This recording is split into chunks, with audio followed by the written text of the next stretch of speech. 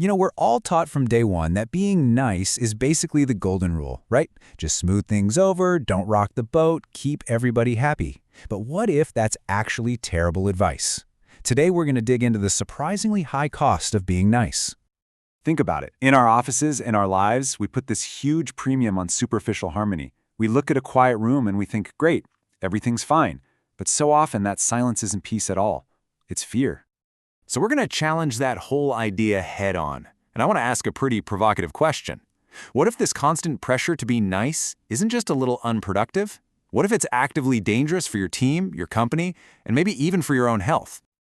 Okay, so to really get why niceness can be so risky, we have to look at what's happening inside our own brains. Because it turns out trust isn't just some soft, fuzzy feeling, it is a hardwired biological state.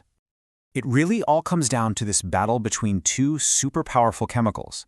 When we feel safe, when we feel trusted, our brain releases oxytocin. That's the social bonding hormone. It's what makes us feel connected and collaborative. But the second we feel threatened or judged, our brain gets flooded with the stress hormone cortisol, which just slams the brakes on oxytocin. We literally switch from ally mode to predator mode. And when cortisol takes over, it triggers what scientists call a neural hijack. Your primitive, survival-focused brain basically takes the wheel, and it literally pulls energy away from your prefrontal cortex. The part you need for strategy, for creativity, for solving complex problems. So, in a state of fear, you physically cannot be innovative. It's not a choice. And this is so crucial. Culture isn't just a poster on a wall. It is trained into our nervous systems every single day through these tiny little interactions. A leader who hears bad news and immediately asks, "How did you let this happen?" is literally training their team's brains to hide problems. But the one who says, "Thank you for surfacing this, walk me through it," is training them to be open and to solve things together. And the result of all these little threat responses is, well, it's staggering. A landmark study found that 85% of employees felt they couldn't bring up a concern to their boss. Why? Because they were afraid of being seen in a negative light. Just think about that for a second. The vast majority of people will choose to protect themselves over speaking a truth that could literally save the entire organization. And the cost isn't just professional, it's deeply, deeply physical. That constant effort of suppressing what we really feel, being nice when we're actually worried or we disagree, it keeps our body's stress response permanently switched on. This can lead to chronic inflammation and, chillingly, as nurses at the Cleveland Clinic observed, may even be linked to some really devastating autoimmune diseases. Now, this kind of fear doesn't just hurt individuals. It scales up, and it can lead to absolutely catastrophic failures for entire companies.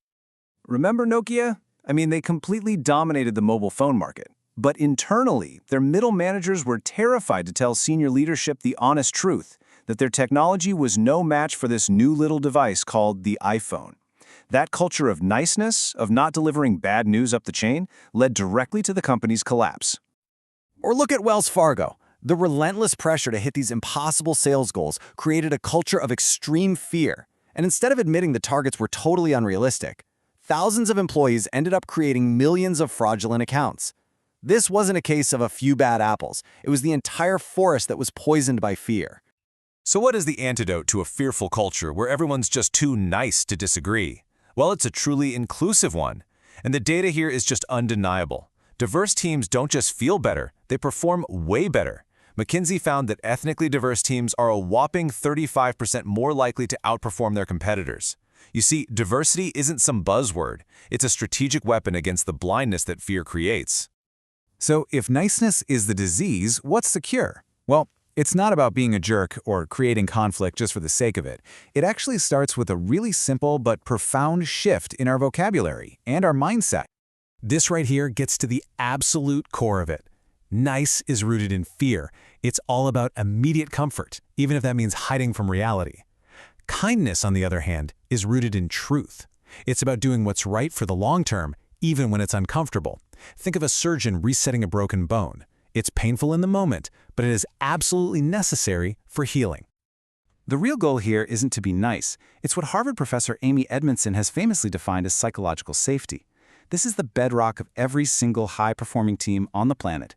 It's that shared belief that you can speak up, you can offer a crazy idea, you could admit you made a mistake, or you can challenge the way things are done without being humiliated or punished for it. Now, I know this might sound like a big, abstract goal, but it's not. You can actually start building a culture of psychological safety, a culture of kindness today with a few very practical, very concrete tools.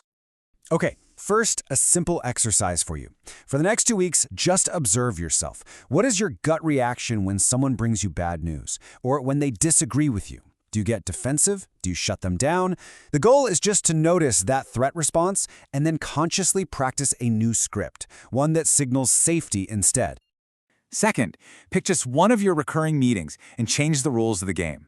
So instead of letting the loudest person or the most senior person dominate, you build in structures that make it safe for people to dissent.